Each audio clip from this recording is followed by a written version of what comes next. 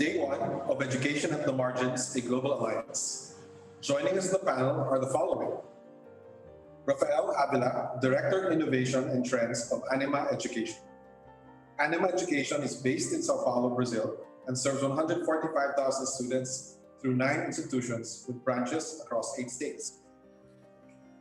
Christopher and Marivic Bernido, President and Basic Education Directress of Central Visayan Institute and Foundation, or CVIF. CVIF's dynamic learning program promotes independent student learning to improve academic performance, especially in science, innovative technology, engineering, and math. Amanda Kelleher, Director of International Education of Luminous Education. Luminous is the largest TVET provider in Jordan. Over the past 3 decades, they develop programs to tackle the severe skills mismatch between workers and employers. Vice President for Policy and Partnerships of Bridge International Academies, Sujata Mutaya. Bridge is a for-profit chain of nursery and primary schools delivering high-quality education for $5 a month on average. The key to their success lies in their vertically integrated academy-in-a-box model. Seth Trudeau, Vice President for Product of African Leadership X, or ALX. ALX builds on more than 15 years of the African Leadership Group's experience to offer Africa's top training in leadership and career development for young leaders. They offer customizable skills development programs to Africans 18 to 28 years old. Principal and Research Advisor at the National Research Centre for Science, ICT, Mathematics Education for Regional and Rural Australia, Ken Vine. SIMR it has been undertaking high-quality research and professional learning activities with an impact on education since it was first established in 1996. Its goal is equity of partnership, of participation, and achievement for all learners. Last but not the least is Franz Larios, Chief Learning Officer of FINMA Education. FINMA Education is a growing network of schools in Southeast Asia focusing on accessible and quality tertiary education for underserved youth. Unfortunately, Mr. Ramondo Rosario Jr., chairperson of FINMA Education, who was supposed to join us on the panel, could not make it due to urgent matters. So on his behalf, let me invite Mr. Franz Larios to read Mr. Del Rosario's opening and welcome remarks. Good evening, morning, or afternoon, friends, partners, and colleagues in education, participants and members of the media. Thank you for joining us for day one of Education at the Margins. We hope that this will become an annual event that brings together education experts, advocates, and stakeholders to share experiences and discover solutions to education inequalities and the global learning crisis. Education inequalities have always existed within cities, countries, and regions. The recent COVID-19 crisis served to highlight these disparities, but we have been struggling with them really for decades. In the Philippines, for example, a country of more than 108 million people, stark education quality disparities exist among socio-economic classes. Those who are better off have the option to send their children to more expensive, more often much better quality private schools, or even to schools in other countries. Most, with little or no choice, pursue their basic education in an ill-equipped public school system. We at FINMA Education have always believed that providing quality education to the poor is important and is vital. A good quality education is probably the only way low-income families can better their lives. Moreover, it is impossible to engage citizens in meaningful nation building if they are uneducated and cannot fully participate as productive members of society. Now, because of years of low investments in education and outdated teaching methods, the sad and sobering reality is that Filipino children lag behind much of the world. Our 15-year-old students performed more poorly in reading, math, and science than most of their counterparts in PISA 2018. At FINMA Education, we serve We serve mostly first-generation college students, children of farmers, market vendors, pedicab drivers, and policemen. They don't have technology or gadgets, nor do they have adequate stable internet access. Last year, we introduced flex learning and remote and distance learning, two flexible learning models that both rely on physical courseware and some virtual support. Part of our ongoing challenge is ensuring that we meet the learning objectives needed to make their lives better through education, pandemic or not. The pandemic, which disrupted education systems around the world, has made things even more difficult for the marginalized. A United Nations August 2020 policy brief cites that at least 1.6 billion learners in more than 190 countries have been affected. The most vulnerable are the children and youth living in depressed communities, rural areas, and refugee camps, as well as persons with disabilities. Today, we will be focusing on the widening gap in education within countries. We aim to learn from each other's experiences, how we can help and support marginalized students, not just cope, but also succeed despite living in a time of great difficulty and rapid change. We are honored and excited that individuals from like-minded and equally passionate organizations across the world are joining us today and on the 27th.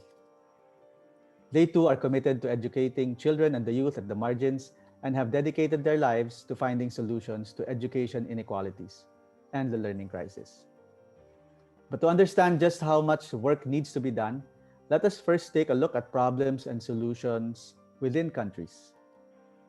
Thank you, and we look forward to having a productive conversation with you. Good evening, everyone. There's a lot left to be done in educating the underserved youth across the world. In 2018, while we had already cut the numbers by a third from the year 2000, 1 in every 6 of the world's youth aged 6 to 17 years were still out of school. That's 258 million youth who are not receiving any education.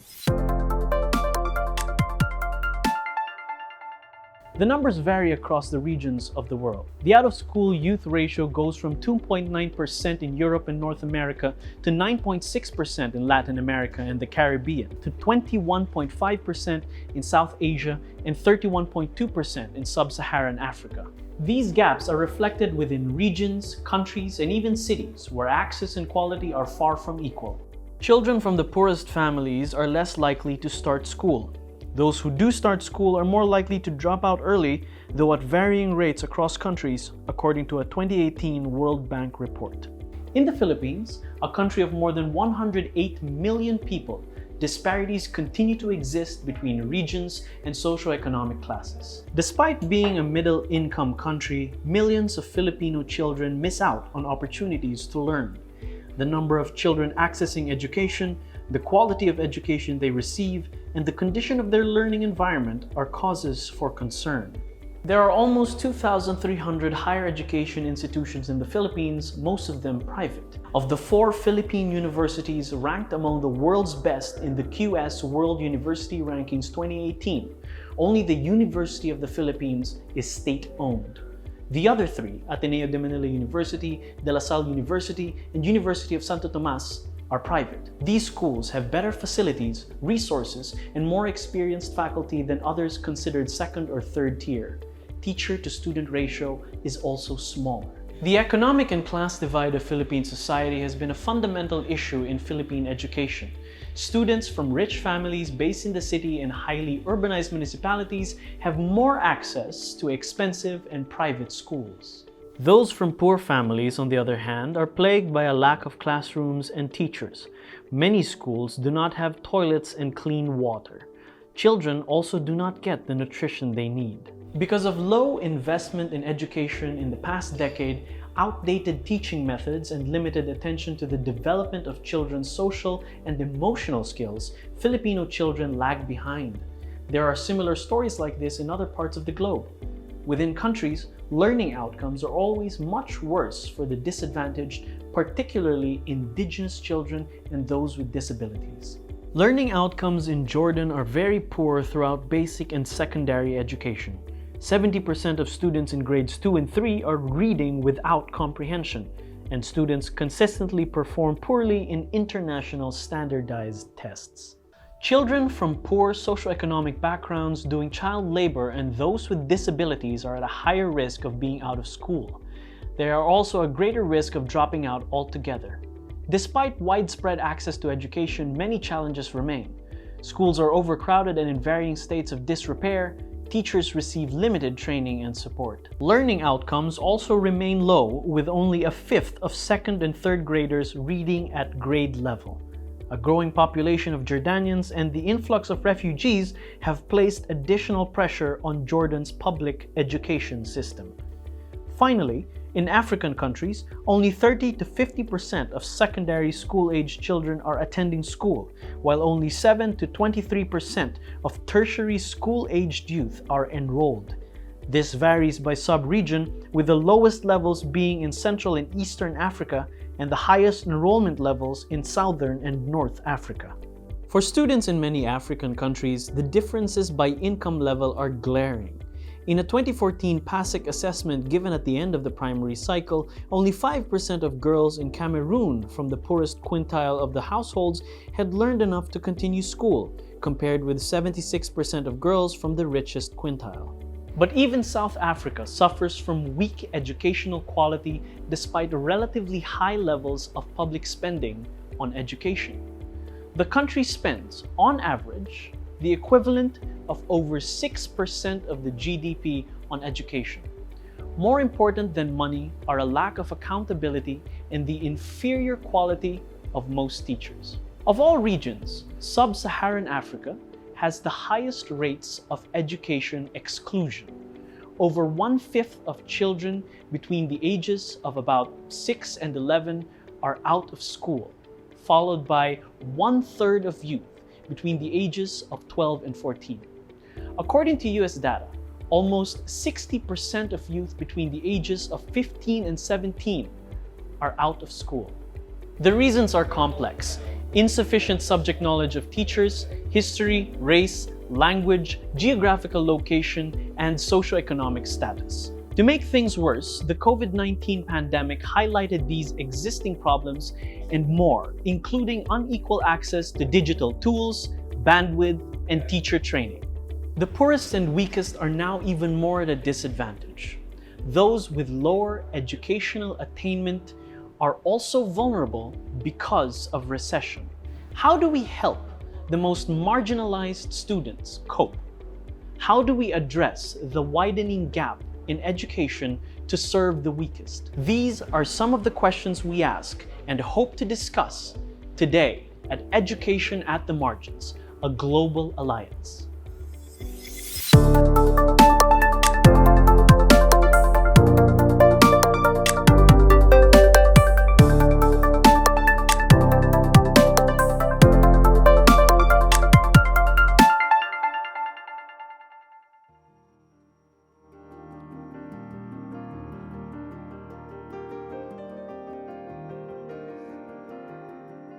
Hello, good day once again, and welcome to all our participants who are joining us from all over.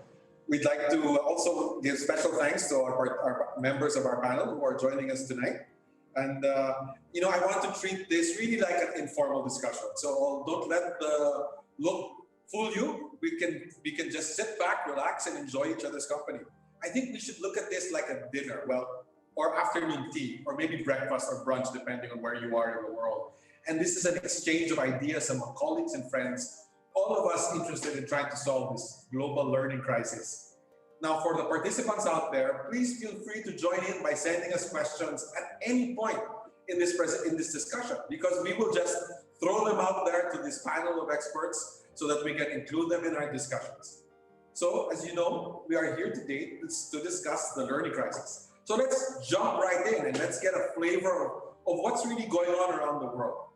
I hope you don't mind, I will just call people randomly.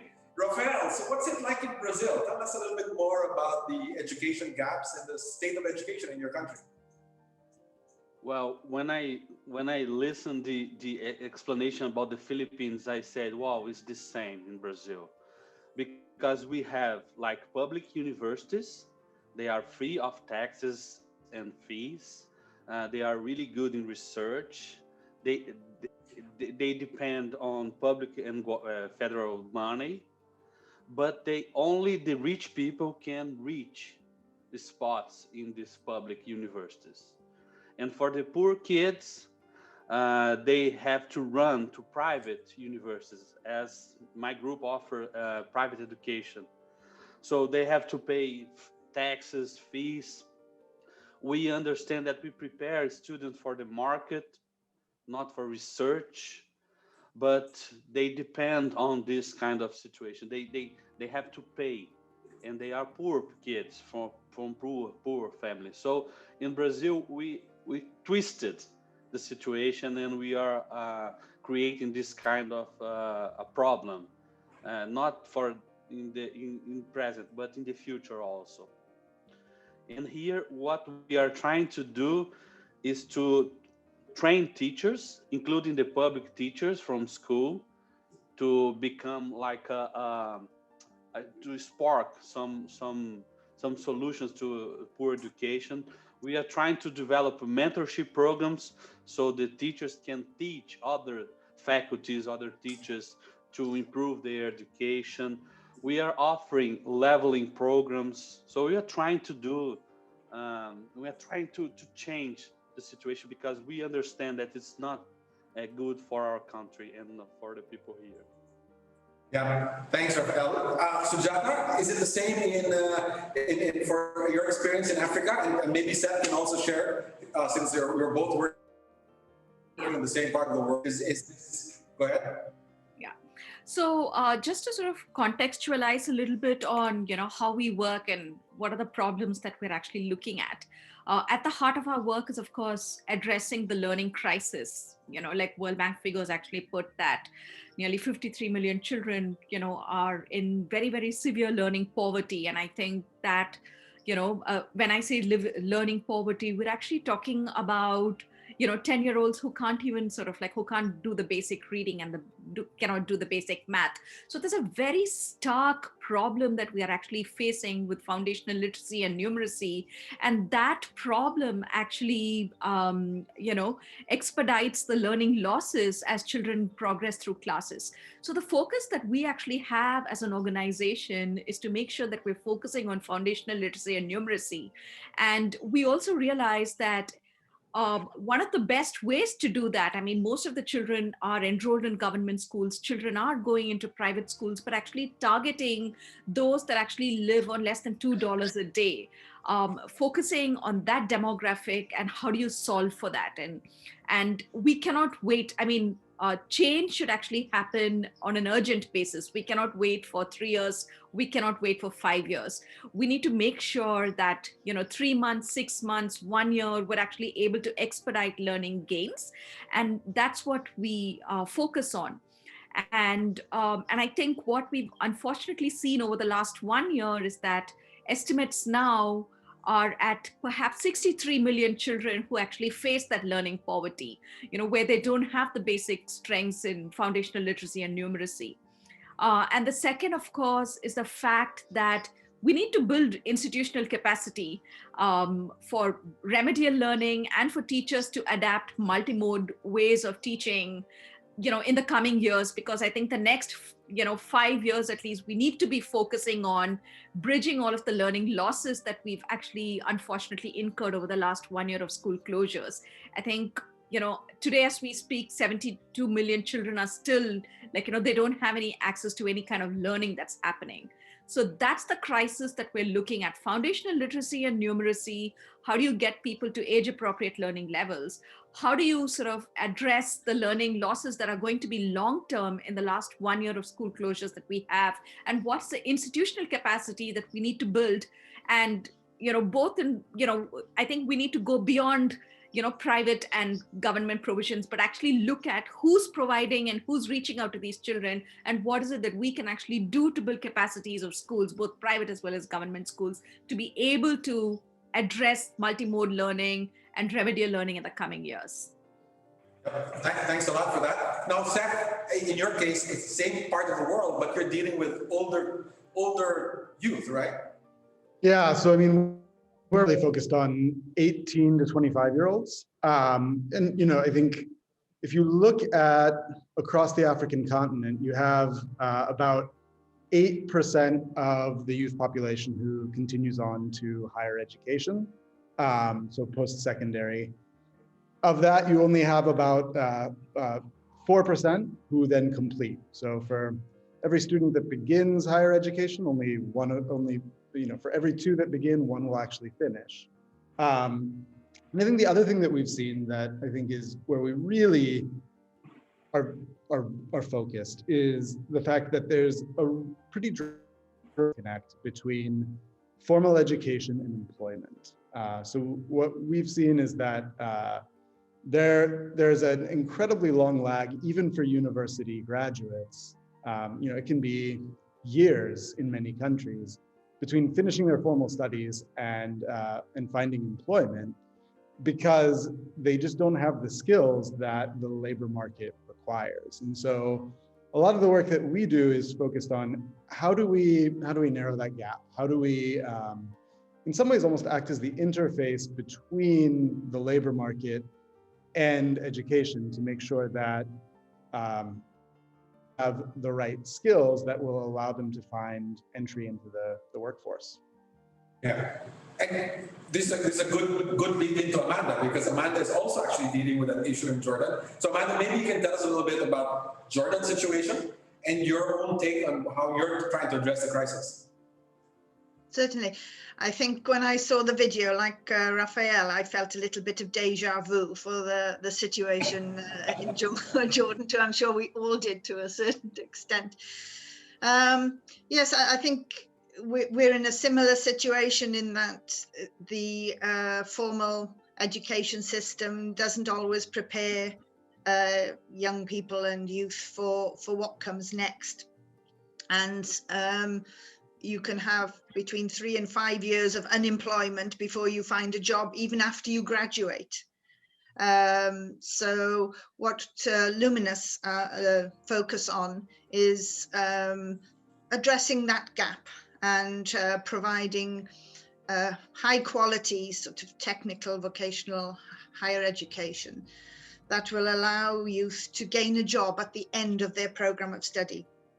Because again, like the Anima, we focus on low and middle income students, and they pay for their education. We do have people on scholarships because there's a high number of refugee students within the country. But the majority of our students actually have to pay and find the money to pay.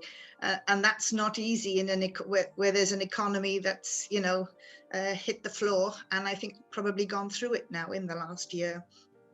So it's about finding ways to make it, you know, affordable, relevant, make sure they do have access to employment that pays at the end of it.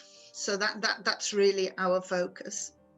Yes, it's really interesting. In our own experience in film education, as we expanded out beyond the Philippines, our conclusion was that there are more similarities between the poor, between the low-income groups of different countries than there are between the income groups in one country. We found much more affinity with the low-income students in Indonesia and in Myanmar than we do between the low-income students in the Philippines and the high-income students in the Philippines. So let me ask Mr. and Mrs. Bernido if they want to share their own take on what should be done. How do we help? The video put it really well. How do we help the marginalized cope in our countries? What can we do? Well, one of the issues in education would be the lack of qualified teachers. Okay, pre-pandemic, pandemic, or post-pandemic, it's the lack of qualified teachers, lack of textbooks, and lack of materials. We, in our school, small school in southern Philippines, we have created a program that would bypass the lack of qualified teachers, bypass the lack of textbooks, even bypass the lack of connectivity, which is now a real problem. Even if there's no pandemic, the connectivity problem is still there. I mean, we're still having problems with our connectivity here. So I just mentioned the features of the program that we have, because from the beginning, we tried to zero in on the fundamental problems that would be teacher, lack of textbooks, lack of equipment, and so on. And so we tried to create a program. And the way we bypass that is through these learning activity sheets. Okay. The hallmark of our program is that 80% is independent learning, addressed to the whole spectrum of students, from the challenged learner to the advanced learners. And the heart and soul of the program is this learning activity sheets, which are prepared by subject teachers. In that way, to paint it graphically, we said that suppose all of the physics teachers in the Philippines would leave the country, migrate, look for greener pastures. Would the Filipino students still learn enough physics to do well in college? And our answer is yes. So, but the details we cannot. We can only sketch a little bit. Maybe Marivic.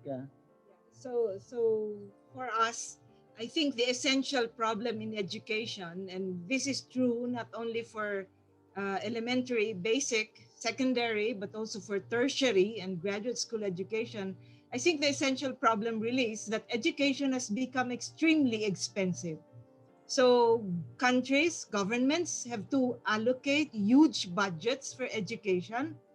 Private families and different households try to allocate funding for the education of their children. So that's the essential problem. So we have to go into the core of the problem. What makes education so expensive? Does it necessarily have to be expensive? And our thesis really is, and I think Madam Sutaya might agree with this, education doesn't have to be that expensive. If we start thinking out of the box, if we start thinking, is training of teachers really, should it really hug millions of dollars worth of budget? Do textbooks really play an essential role, especially nowadays with technology? And so on. We have to go back to first principles, and that is what we have been doing for the past 20 years. So our thesis really is, education doesn't have to be that expensive, especially in the 21st century. That's all I can say. Thank you. So different solutions. Now, a number of difficulties have been identified. Of course, the basic problem of poverty and inequality, the lack of qualified teachers and resources, weak foundational numeracy and literacy. Ken, what do we do, Ken? This has been a problem in many of our countries and parts of the world, not just for years, but for decades. So what do you think, Ken? If I knew, I would tell you, Chito. I don't know the solution for even my own country, Australia, and our problems are far less severe than those in lower income countries. So to be honest, I don't know the answer. I also believe that the answers, that there's not one answer, there are many, many answers. The problems in education are not amenable, I believe, to single factor solutions like, let's get better teachers, let's build better classrooms, let's have better textbooks. It isn't like that. It's a system of very many interacting components, and those components have not an additive but a multiplicative effect with each other. So you need to look at the system as a whole, and at the moment embed that system in the disaster of the COVID-19 crisis. Referring to the crisis for a moment, if I may, in Australia, I think we've been extremely fortunate. We have a population of 25 million, but we've only had fewer than 5,000 cases, 5,000 infections, and only 55 deaths. In a population of 25 million, we've been amazingly fortunate. But we're also fortunate in our education system, because for the last 10 years, our government has invested very heavily in building a national broadband network, which extends to virtually every school in the country and the large majority of houses. So that in responding to the crisis, we were able to rely more heavily and more effectively on our digital infrastructure than would be the case in many countries. And certainly in lower income countries, they would not be that fortunate as we have been. But that's Australia. My recent work, as you would know, Chito, has been very much in the Philippines.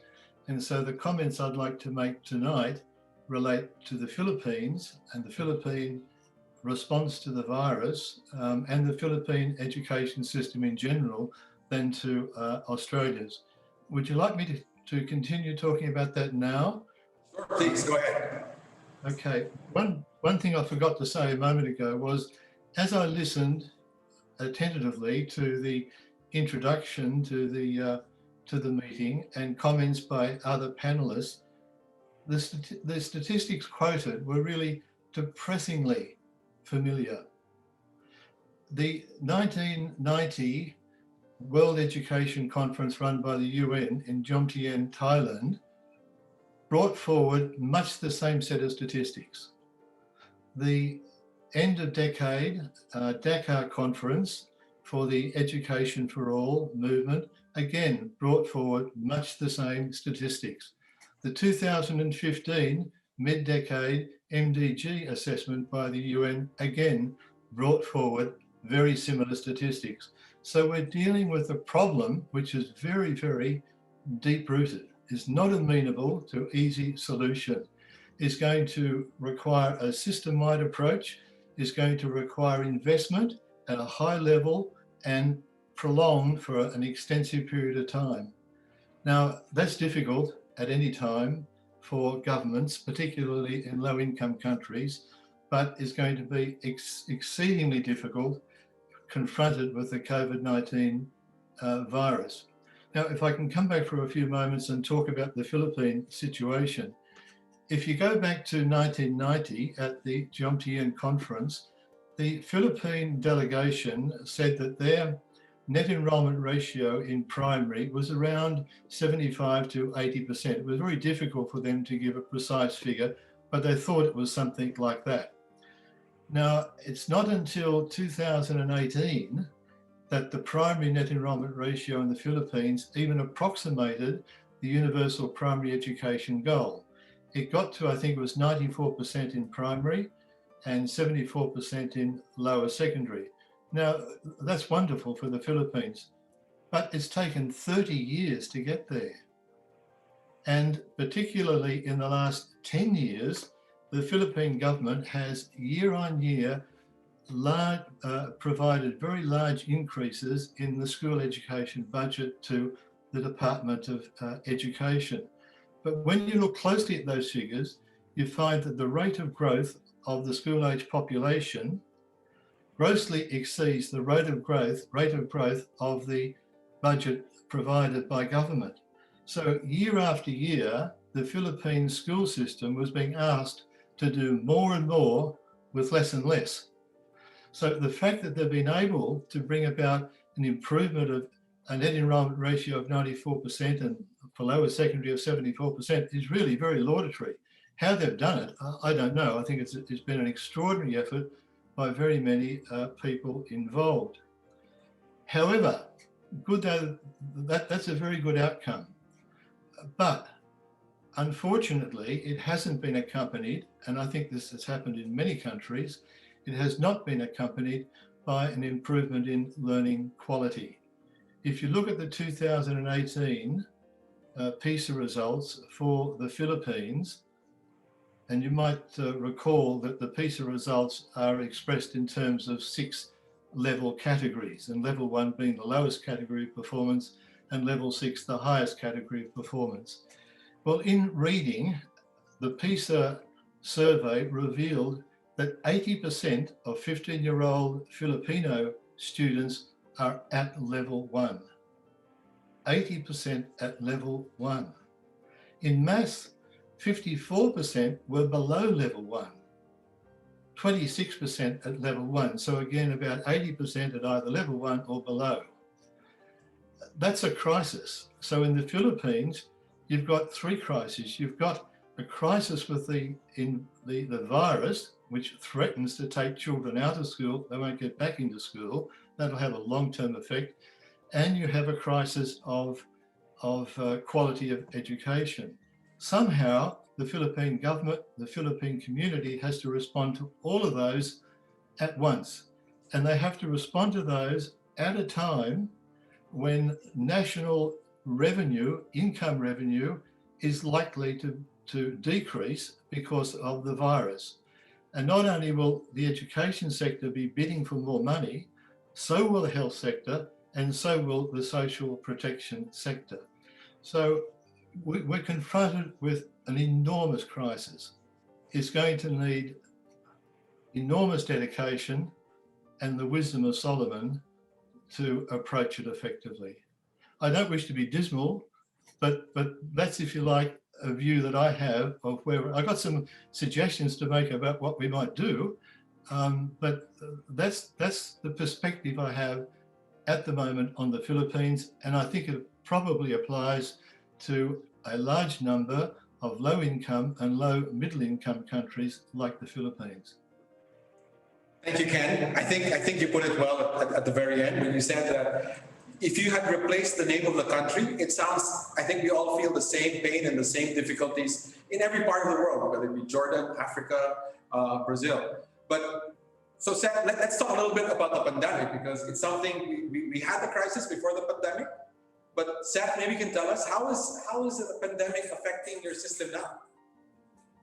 Yeah, so I mean, I probably need to clarify that I'm not really country specific. So actually, in some ways, it's been fairly, I don't want to say like beneficial for us, but we're a Pan-African institution. And so, you know, at the time that the pandemic hit, we had locations in 3 countries, South Africa, Nigeria, and Kenya. And in the transition to kind of a fully digital environment, there are actually some really interesting affordances that come with that for us. I mean, especially when we think about addressing the gap between education and the labor market, because as we're looking at it, we've really shifted our focus from just thinking about a local labor market to thinking about a much more global labor market. And so, you know, if I look at participants in our program in Nigeria, we're not just thinking about what kind of jobs are available in Nigeria. We're thinking about what kind of jobs are available, you know, continent-wide. What kinds of jobs are available? Where are there just big skills gaps globally? So, for instance, we think about things like data science. It's an emergent field where even in your most developed economies, there are gaps in terms of their ability to find the skills and the people that they need. That's an opportunity for us because we can focus on how do we train up data scientists, software engineers, things where there's a really big global demand. And in some ways, this pandemic has catalyzed the awareness that we don't need to be focused on just what's directly in our own backyards in terms of opportunity. Do you find the same opportunities, Amanda? Definitely, that resonated significantly there. Yes, I think it's accelerated our move. We were fortunate in some ways that we were already engaged in a plan to move to blended and virtual, and the plan was to go this year, but we've been putting the EdTech in place for the last 3 years. So we were actually fortunate that we could expedite the process as opposed to think about it from scratch. So we were fortunate in that respect. But it has opened up, I think, a lot of opportunities as well as, you know, challenges. And I think as an organization, we tried to look at it as the whole situation with the pandemic as an opportunity, as opposed to a problem. And I think that mindset makes you focus on different things. doesn't it? And certainly we're not just focused on the local market or the regional, it's global, similar sort of thing to Seth, whether it's in ICT, healthcare, or all the big markets that are experiencing skills gaps. So it has been a challenge, and I'm not sort of negating the whole impact, but it has also presented opportunities, which for us as an organization have meant that we can, adapt and grow that bit quicker, really, because people are forced to work in and think in a certain way. So the pandemic has created opportunities for global employment because it happens online. But how do we deal with the younger kids, the kids who are at primary school? And Sujata, if $2 a day, families that are living on $2 a day, how is the pandemic going to affect their futures in education?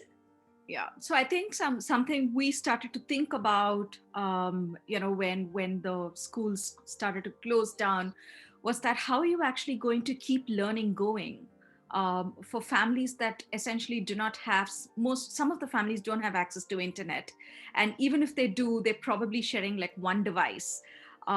So that was a basic consideration. We also had to take into account that a lot of our neighborhoods and communities that we operate in do not have access to, like this, electricity is, it cannot be taken for granted. How do you sort of enable that, how do you enable parents actually give at least minimal support so that learning is happening at home? So these were basic considerations. And of course, at the heart of like a lot of our decisions was that we needed to make sure that three things happened: that instruction happened, practice happened, and feedback from teachers to student happened. And we were extremely pragmatic about what could be achieved, right? We knew we couldn't migrate to a completely remote model, but just about what is it that we can do to minimize learning losses that can happen?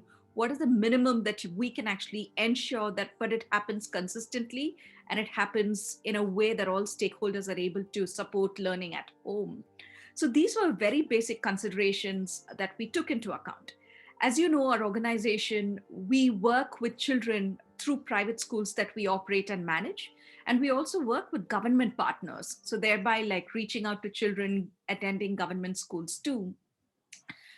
One of the things we had actually done prior to the pandemic was to actually build the institutional capacity of governments, to have an information system that actually had phone numbers of parents, information about parents at home, because that's extremely important for you to be able to put these information channels in place.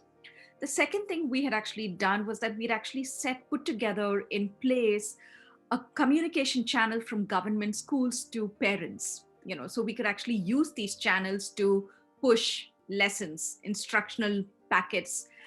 We also realized that we needed to map these instructional packets. We needed to keep them compliant to syllabus, but at the same time, we made sure that we were sending weekly packets, because you need to parents were your primary point of contact now. The third thing that we actually did was that, yes, giving all of these materials are great, but I think, sending information to parents, hey, what is it that you can actually do to make sure your child is actually practicing at home today? Like very simple SMS messages that actually went out to parents. So making sure that we actually put together an information packet that went out to parents too. Very, very simple messages, not long, complicated messages, right? These were very, very basic things that we actually followed to make sure that we were actually, enabling our students could continue minimal learning at home, right? The second thing we made sure is that we actually made sure that, we did not like aim for 4, 5, 6 hours of learning every day. We said an hour of instruction and an hour of practice every day for each of the child, right? Because we also realized that children were sharing devices, right? So there are probably 2 children per household. So let's actually make sure there's 1 hour of instruction that's going out, and then there's another hour of practice that children can actually undertake. With very basic, very minimal supervision. But the one thing we also made sure that we actually put in place was that some kind of feedback. So parents were actually able to send back information on the practice to, teachers, either via SMS or through WhatsApp. And then teachers were actually able to give feedback back to students, right? Because as you know, teacher feedback is extremely critical too, right? So we made sure that these three, components of learning, instruction, and feedback was actually happening at home. Very basic, very minimal, but we realized that that's what we could actually do, but do it consistently.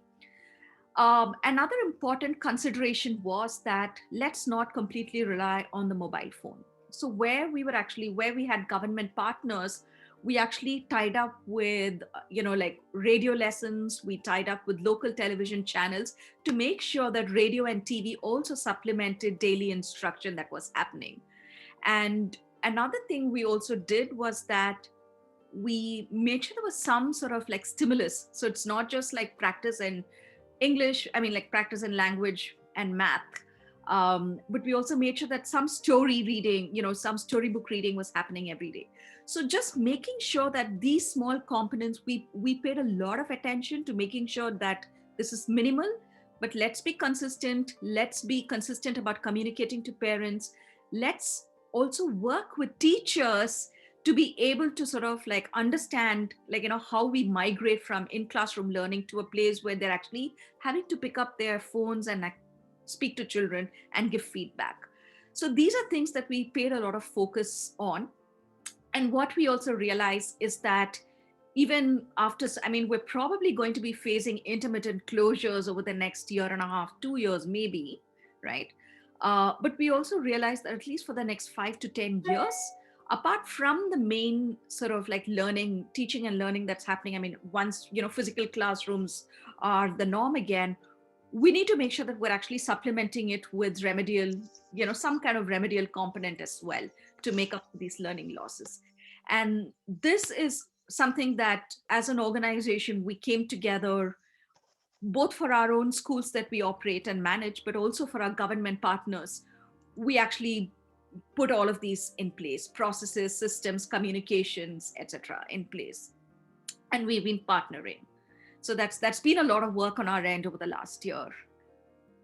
And we also look at big data on parent usage, our children actually practicing at home every day. So we're actually using this data to guide teachers as well on their day-to-day basis, on a day-to-day basis, on how to reach out better. Thank you, Sujata. But given that you ended on a note on teachers, let me go to Marivic and Chris. In a pandemic, and I'm sure your kids don't also have access to internet. Oh, what now? Yeah, go ahead. Yeah, actually, we, for our students, we only have around 10% who have some access to the internet, and it could be very unstable. So from the beginning, we did not rely on any online learning or those types of modules that would require intensive teacher intervention or the usual teacher intervention in regular classrooms, except that they would be in the distance learning mode. So what we did was, and Chris mentioned it quite early this evening, we have this learning activity sheet. So we do have we maintain contact with the parents or the children's guardians, because we have distribution of the learning activity sheets weekly, every Friday for junior high school students, every Monday for senior high school students. And these learning activity sheets are meant to be accomplished basically independently. But of course, we address a wide spectrum of students, so there would be some who would need assistance, and they could message the teachers through text, through Viber, through the social media, through email, or what the students can do would be to write their questions on the learning activity sheets. And the teachers also write their feedback or their comments on the learning activity sheets, and these are individual. And it is weekly, and so far as possible, we have been trying to follow the curriculum prescribed by our Department of Education. so far as possible. Of course, it's a serious challenge, as Madam Mutayas has mentioned. Some students share gadgets, or you have 1 hour of instruction, 1 hour of practice. But basically, for our students, they could have 6 hours. They have English, Filipino, mathematics, science, history, technology and livelihood education, and so on. So we try to have the entire curriculum, although it's still a little bit different, but so far we have been getting quite good results. I have asked all our teachers, for example, in all subject areas, in all grade levels, to send me their e-class records, just so we could monitor the learning of the students, get the frequency distribution, check whether what's the highest, the lowest, for their learning activity sheets, for their assessment. And because the activity sheets are weekly, then you are able to monitor at least some progress of learning. And for these learning activity sheets, you see, it comprises a short concept digest. It's in 1 page only. So you could have a lesson on, say, the plate tectonic theory for science 10. Then you have to have a digest within 1 page, and then 1 or 2 questions only. And 1 question should be answerable by the students. So it should be simple, the usual thing we learn in education. And then there could be 1 challenging question, and so on. And then again, we keep in mind it's a broad spectrum of students, but we have been monitoring, and the distribution of the learning outcome seems to be good. In fact, for senior high school chemistry, general chemistry 2, their 2nd semester of chemistry, I was just checking this afternoon, the grades submitted by the teachers for their learning activities for 2 months of work. That would be around 20 learning activities, 25 learning activities in chemistry. And that would be phase diagrams, solutions, different types, stoichiometry, and so on. And I was looking at that scores, and paradoxically, they were actually getting better, with a better distribution than during the regular semester. So there is a possibility that the learning could really go on. Yes. And yeah, thank you. We need to trust that it will, right? Because we have no choice. Failure is not an option in this case. But Rafael, what's it like in Brazil? Do kids have access to internet? Have they shifted to online learning? Yeah, I deal with universities, so my kid is a little older. So I will try to explain what we did. In terms of technology, we turned the entire academic planning, like courses, classes, rooms, in online learning. We upgrade our contract with Zoom, with Microsoft, with Skype, and every platform that we need to use. So we put 150,000 students in online learning in 10 days, because the pandemic started in Brazil a little. You start first in Asia, then Europe, and in Brazil we have like a 2 or 3 month to organize. But we put all our students, 150,000 students, in online learning.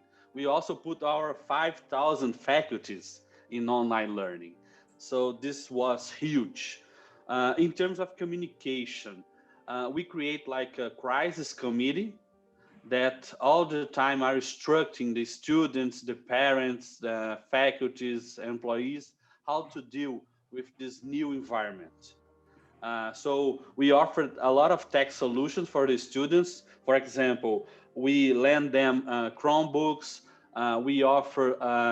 We made a partnership with a huge company, telecom company, so offer internet to the students. In terms of mental health, it's important. We did a lot of stuff. We did a lot of courses like meditation, yoga, Aikido. We offer psychological assistance to the students because they start to become depressed. They start to become they miss the universe is not just for learning. It's a social part of their lives. So I said we signed this partnership with mobile internet and offer mobile internet access. We offer online learning and support to faculties, and we teach them how to. We are teaching for the last 3 or 4 years how to give active learning methodologies, online active learning methodologies. So it's for us is not something, because we are investing how to create a real blended learning environment. So our students, for example, most part of the theoretical part of the teaching and learning are on the online internet. But part of the students that have some labs, we create a huge system of protocols, health protocols, that we can put our students in safe environment in labs. So we create like a rotation, workstation rotation. Some students are learning online. We pick a group of students, put on physical labs, and they learn that with everything that we need to offer in terms of security. Then these students go home, and we put students online and other group in physical space of our university. So we are offering this, a real blended learning platform. Imagine we have like 50 campuses in Brazil, and we need to offer them this practical learnings in some way. But they are poor. Imagine that the Brazil government is creating a ultra liberal agenda. And this ultra liberal agenda is designed to keep people poor. So this is the huge challenge that we have. It's not the COVID. It's the ultra liberal agenda that we are seeing in Brazil. So as a private sector, we are trying to do what the government's supposed to do. Offer quality, offer jobs. For example, we have 10,000 employees in Anima. 8,000 of them study with us. We give them money, salary, and other scholarship. So we are doing what our government are supposed to do. So this is things that we want to share with you. Thank you, Rafael. Now, just in case you're wondering, France, who's on the side and hasn't said anything, he has the unenviable task of trying to synthesize everything going on tonight. So, just in case what you're wondering what he's doing, we'll ask him to synthesize that. Now, let's turn to solutions. What can we do? We've talked about the crisis. We've talked about how the deepening crisis, the crisis will deepen because of the pandemic. And we know that if they don't get the proper education, either in basic, if the poor don't get the proper education, either in basic education, primary or secondary or tertiary education, chances are they will be poor the rest of their lives.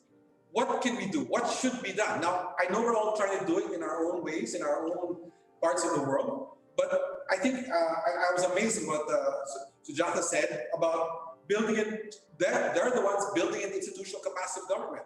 Is the only solution to address this massive crisis, which has been with us for decades, is the only solution a government solution? Or can we just rely, as Rafael pointed out, on the private sector because government won't do its job? Maybe I'll ask Ken to share a few thoughts on what needs to get done. I think that we need to stop thinking about school. I'll talk about school education. We need to stop thinking about school education as being only the principal responsibility of governments, be they federal or state governments. It's really, school education is a responsibility for the whole of society. That's government, it's the private sector, it's local government, it's also the international community too. There's a place for international donors from wealthier countries to help education development in less privileged countries. So I don't think we should think about it entirely as a government problem that government can solve. It's a problem for all of us. It's a problem for the community. It's the private sector. After all, if you think about the private sector for the moment, the private sector depends upon the education sector for the provision of workers. If the education system is not working properly, then that imperils economic development. And here, just digressing for a moment, I know that in the Philippines, there have been from some, I think, influential quarters, a call for a return to basics, a return to the fundamentals in education, if you like, to the 3 R's, to reading, writing, and arithmetic. And I can understand why there would be those calls, because you can organise that in such a way that even the less able teachers are able to perform. You can organise the teaching in small groups. It doesn't have to occur in a schoolroom or according to a school schedule or a school calendar. You can approach it that way. And okay, that may be attractive, but in the medium and certainly in the longer term, it is deleterious, it would be deleterious to Philippine economic development. If you look at the National Economic Development Plan for the Philippines, it's very largely based upon a migration from the agricultural sector and other less productive sectors into knowledge-based, export-oriented manufacturing. Now, that sector depends upon workers skilled in science, technology, engineering, and mathematics. A return to basics will not, in the medium or longer term, provide those workers. So it's in the interest of business, just as it is in the interest of government, to fund adequately school education. And I don't think, I don't wish to be critical of the Philippines. I could say this about Australia as well. I don't think that in general, that is well understood by Philippine business. I think it could do a lot more to help fund school education in particular. Whether that will happen or not, I don't know. Maybe if there's an outbreak of unbridled altruism, then maybe that will happen as a consequence of the virus. I don't know. But I guess the point I would really want to make is in every country, not just lower income countries, education development is a responsibility that goes way beyond government. It's for all of us. Okay, thanks, Ken. Chris, yeah, I just realized that we're actually all private institutions. Maybe I should have balanced off the panel by getting some government representatives. But Chris, what do you think? What will be your one solution? I know it's a system, but what would be your main recommendation to fix this learning crisis in any country? Well, from the very beginning, we actually, maybe we have an academic program. We called it a dynamic learning program. And it's targeted to address the fundamental problems that Marivic has mentioned. The lack of qualified teachers, the lack of equipment, the lack of classrooms, everything.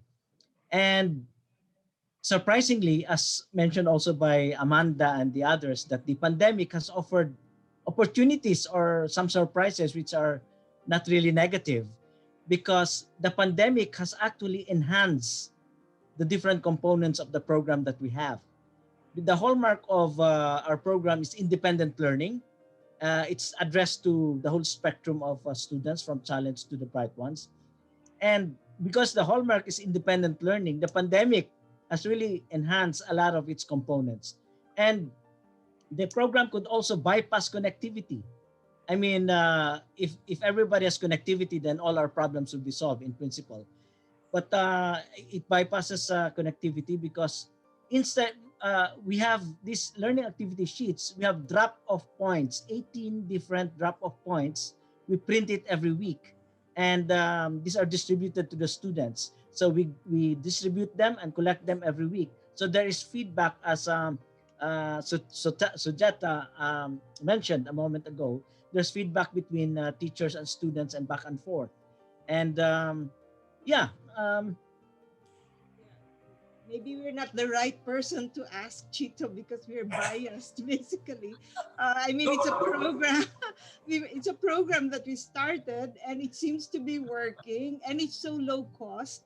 And that's why, in the end, we would, of course, propose that is a solution, a viable solution.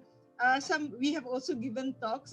Some people in Germany were interested, but of course, one barrier there is it's very normal for people from advanced countries to view with strong hesitation anything that comes from a third world country. I mean, of course, it's a natural reaction there was a lot of discussion, but then, as I said, we're biased, but listening to the different problems that, and not only in this forum, but in others, we think that we could address the issues there. So as I said, we're biased. We would always say that the program that we have started seems to be working. It gives, and we are also not subscribing to the simple back to basics approach, because in the 21st century, I mean, we're physicists and we mingle a lot with scientists, with engineers and so on, big data, we do a lot of data analytics. Our young people have to be prepared for that. I mean, if you want to really hug the market, to have an edge, then your young people should have at least a spectrum. A part of the spectrum should have very rigorous training in data science, in engineering, and they cannot go to engineering if they don't have good preparation in mathematics, calculus, in geometry, in analytic geometry. They have to have good preparation. So you cannot simply just focus on the simple things. But how do you do that when you do not have good or significant teacher intervention? So what we do is we have appropriate activities addressed to elementary, secondary, tertiary, and even at the graduate school level, so that even beyond the pandemic, so during the pandemic, you are able to catch up while others are floundering. You talked about learning losses. So this is a chance for us to catch up. And then beyond the pandemic, then you can even boost performance. I always tell our teachers, by the way, having online, yes, it's very good. But for whenever they put in their activity something that would depend on online connectivity of our students, I immediately personally modify the learning activity. Why? Anytime you make it a requirement, then those without internet connectivity or those who do not have stable signals will at once feel disadvantaged, and they might feel very much discouraged by the situation. And then you have mental health problems, and then you have discouragement, and then you slowly their performance goes down. So what we would like is really catch up. So in our program, our philosophy is no learner left behind. Well, that's what we all want. That's what we all wish. But that's a good issue you raised. And let me set that issue. In these new times, in whether it be fourth industrial revolution or post-pandemic world, does our definition of quality education change?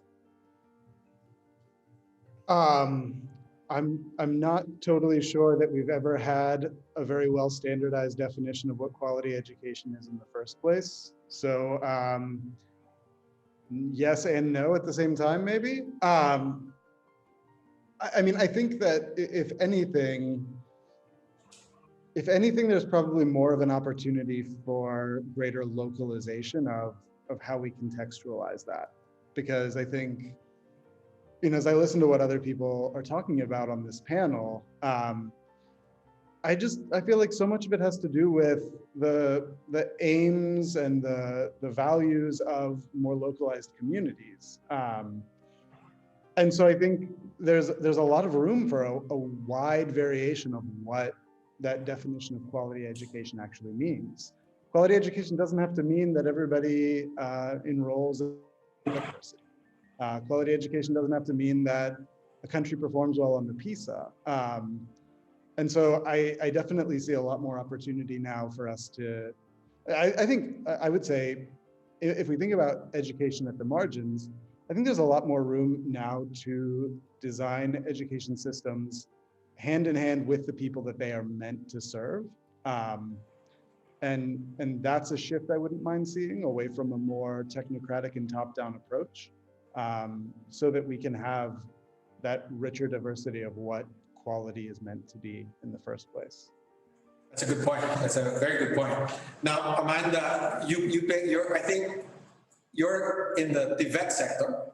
And so what do you think, should most of our countries move in that direction? I mean, it's probably the most underdeveloped of all of these higher education, primary. TVET is probably the one we all think should be developed, but hasn't developed enough. Well, I don't know if it hasn't developed at all, but it's certainly been the one that's probably seen as the poor, relative, and has less resources put into it. But on the other hand, it's the one really that if you're going to link to the labour market, if you're going to help vulnerable youth out of poverty, it's, it caters for a wide variety of people. Not everybody is going to go on to higher education, but they need to have meaningful employment. And it's about finding that balance, so that they can do enough practical work and to gain the skills that they need, as well as access the theoretical component. And I think that there's the opportunity to, and I think they've been enhanced now by the pandemic situation, to work in partnership. And that could be in partnership with employers. So you have more access to work-based learning and internships. Employers are a lot more open to that, I see now, and it's easier to have those conversations. But also, I mean, we're working in partnership with the government sector, but also with the donor sector.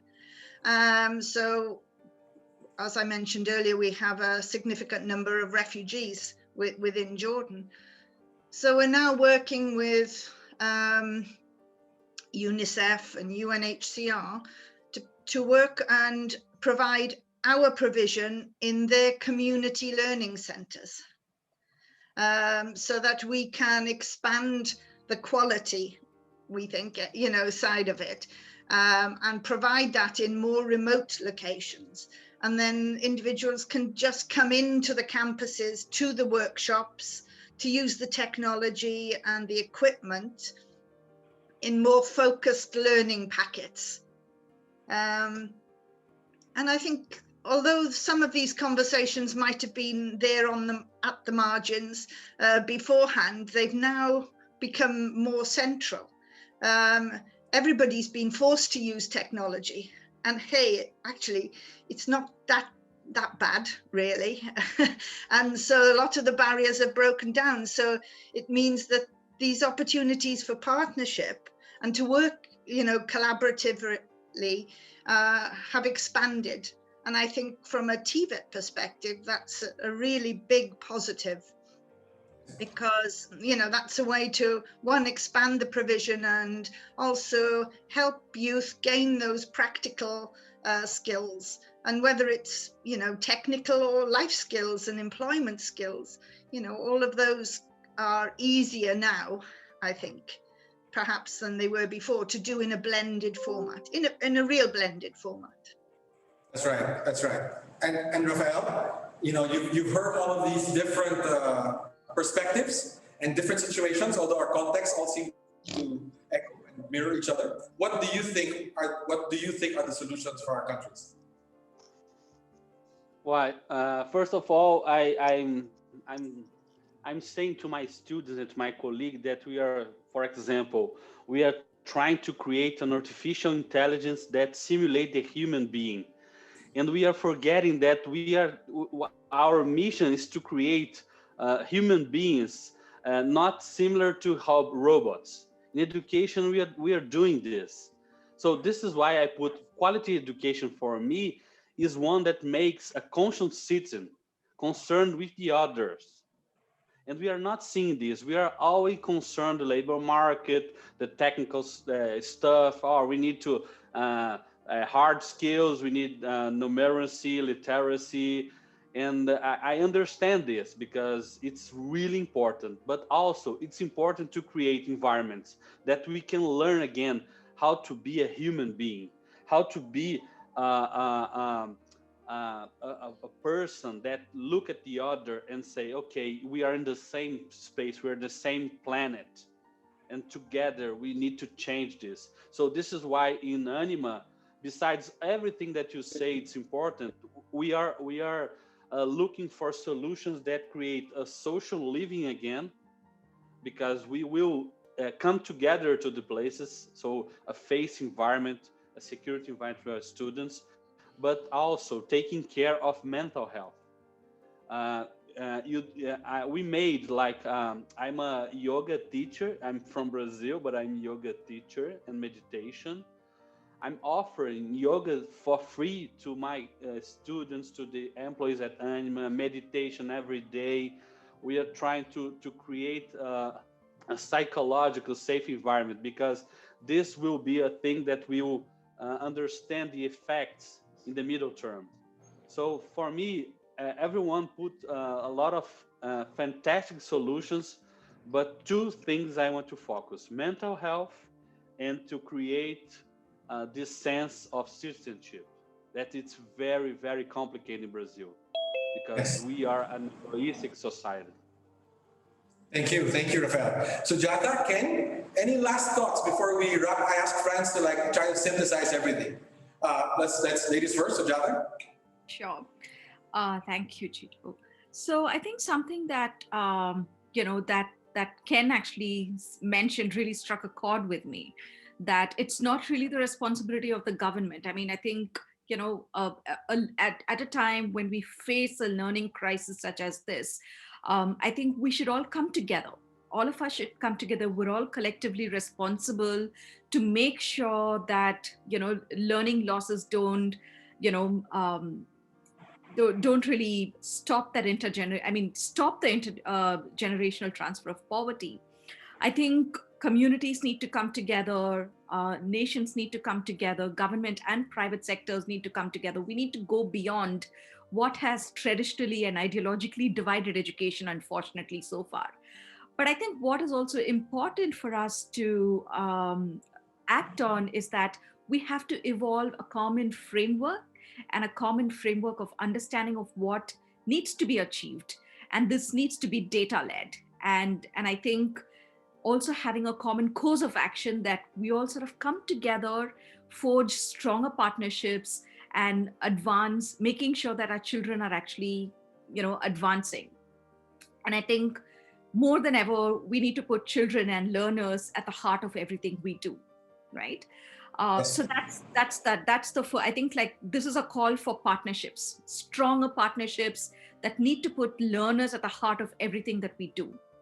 And I think the second thing that really struck a chord with me was what Raphael talked about was the focus that we should actually have on the emotional health of children.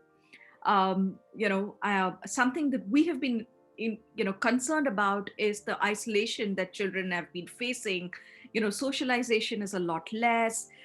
Even that positive environment that they could potentially have, from a teacher, mentor, has been missing. So how do we make sure that we go that extra mile to make sure that classrooms are safe, affirming environments, that actually fuel a growth mindset? And I think that should be an extra sort of like area of focus for us.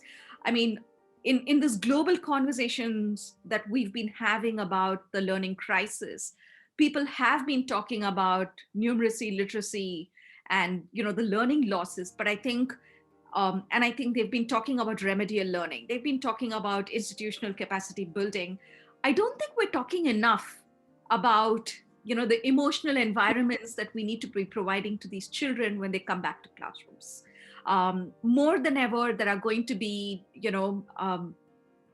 higher rates of dropouts, because children are going to fear that they won't be able to just make up when they come back to classrooms. They're going to face severe learning lags, right? So that's going to fuel dropouts, and also the economic crisis is going to fuel dropouts. How do you make sure that all of us work together,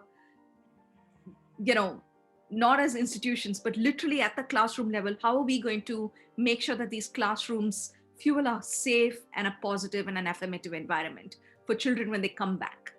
I think these are sort of like two big things that I would urge we should think about as we try to go beyond, the pandemic and take children into a much safer time for learning. Thank you, Sujata. Ken?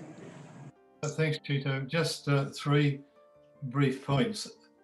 One is that with the advent of the COVID-19 virus, I think the impulse in many countries was to look to the digitization, to ICT as a main remedy. Now, in Australia, in all states, we have invested hugely over the last decade in ICT. And yet, at the end of that decade, I know of no reliable empirical evidence that that investment has improved student learning outcomes at all. At all. That's not because the studies haven't been done, they have been done, but they have not revealed evidence that that investment, which has been very, very large, has produced the kind of outcomes that everybody, I include myself in that, expected.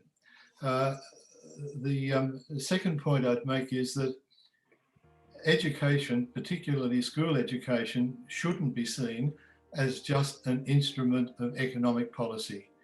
It's also absolutely crucial for the emotional development of children, for social cohesion, and eventually for political stability. And the quality of school education has a direct effect on the effectiveness and efficiency of technical education and higher education.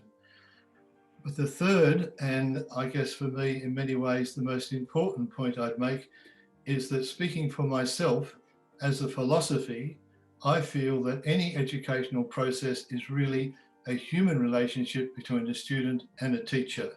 And I would like to see that preserved, and I'd like to see it honoured, even in times of the COVID-19 virus. Thank you, Ken. Now I'll turn it over. He finally gets a chance to speak to Franz to try to summarize in 30 seconds, I'm just kidding, everything that's been discussed or highlighted. Wow. I remember the story of the 6 blind men and the elephant. And I remember that no one synthesized for the elephant. But there are 6 here and you're not blind. And well, actually, I learned a lot from you. So let me see how I do this. The first thing that caught my attention was when Rafael and Amanda said that this was deja vu and this looked the same. I guess in a way, whether it's a student in Brazil, a low-income student in Brazil, in Jordan, in Africa, the dreams look the same, smell the same, sound the same, and the difficulties seem to be the same.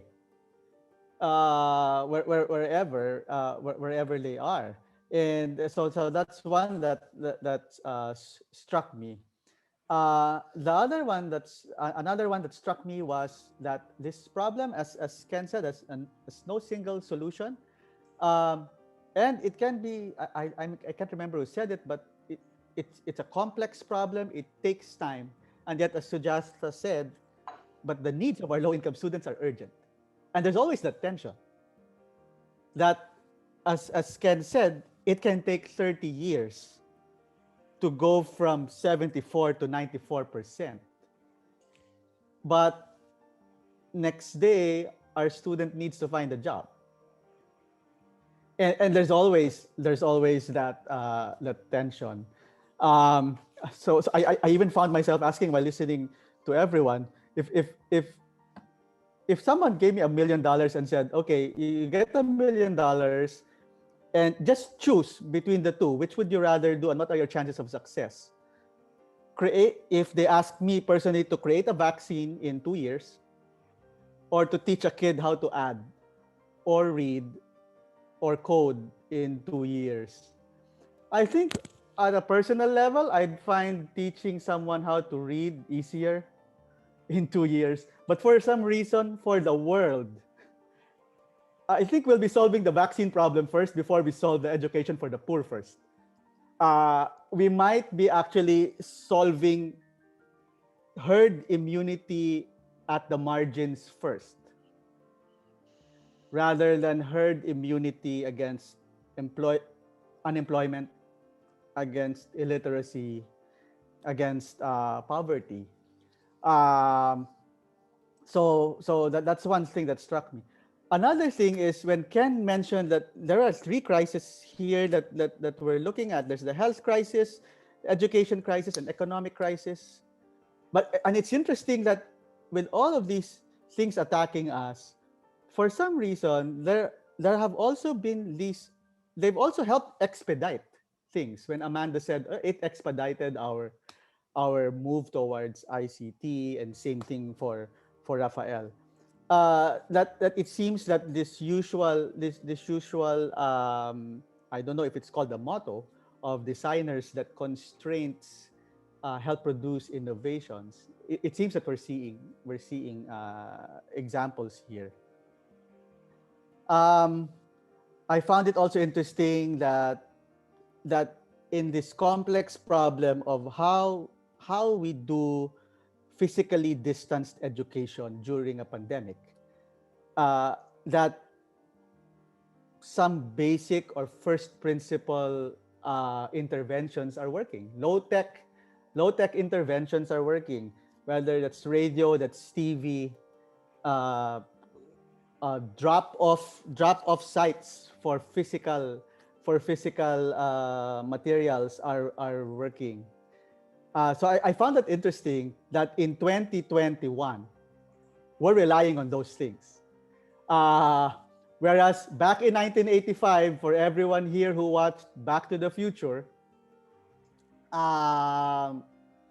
in 2015 there were supposed to be flying cars. What we have is really, physical materials that we drop off, and radio and TV to continue physically distanced education. So I like that basic, that returning to the core of, sometimes it's just instruction, practice, and feedback. And how do we do that in this physically distanced environment? And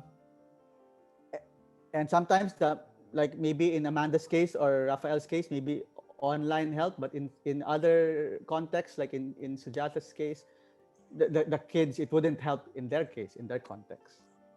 And then I guess as a final note,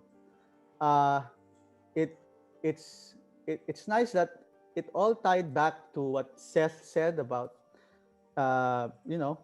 designing for empathy with the students, and what Ken said also, and what Sujata said, that at the end of the day, it's still the human relationships. It's still that at the core between the teacher and the student, whether they're in the same room, they're in the same screen, or it's just really physical distance. How might we retain that relationship that keeps that fire burning? So yeah, that's basically the best elephant I could find here. I could synthesize here from listening to not 6 blind men, but 6 wise people. Thank you very much. Very insightful for me. Thank you, Franz. First, let me thank everyone again, Seth, Chris, and Marivic, Amanda, Sujata, Rafael, and Ken.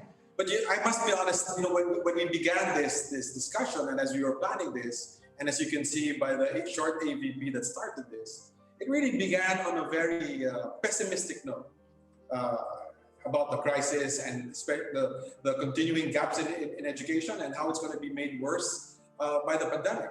But after listening to all 6 of you, for me, the irony is we're actually ending up, I think, on a very hopeful, optimistic note.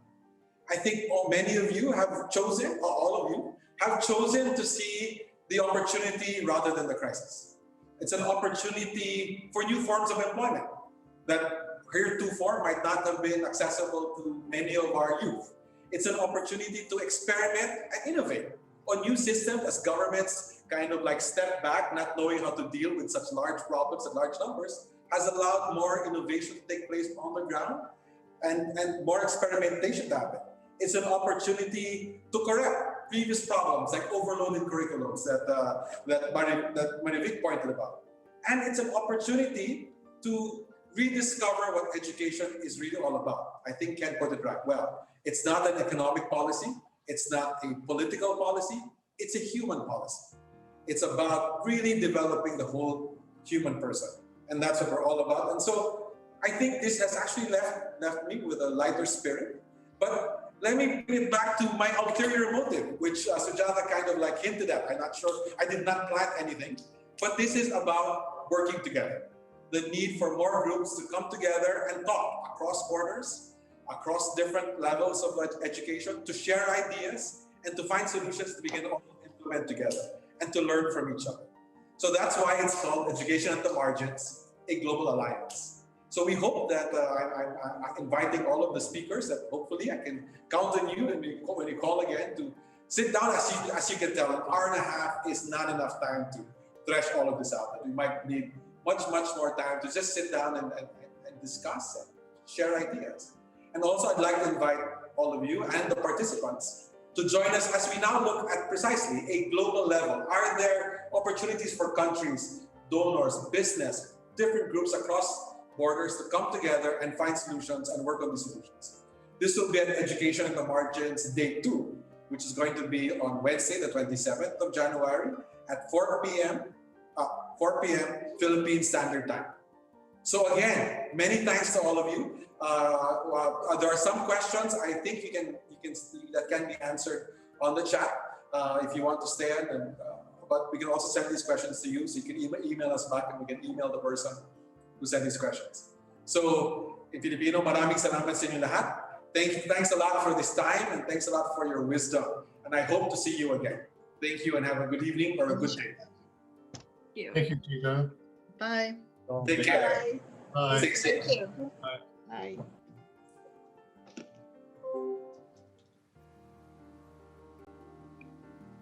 Thank you for joining us on day 1 of Education in the Margins, where we talked about country solutions. This webinar will remain open for another 15 minutes to allow panelists to answer more of your questions through the chat box. Please join us on Wednesday, the 27th of January at 4 p.m. for Day 2 Global and Tech Solutions. For more information on the conference, our panelists and their organizations, as well as post-conference discussions, you may visit our website at www.educationatthemargins.org or follow us on Facebook at Education at the Margins.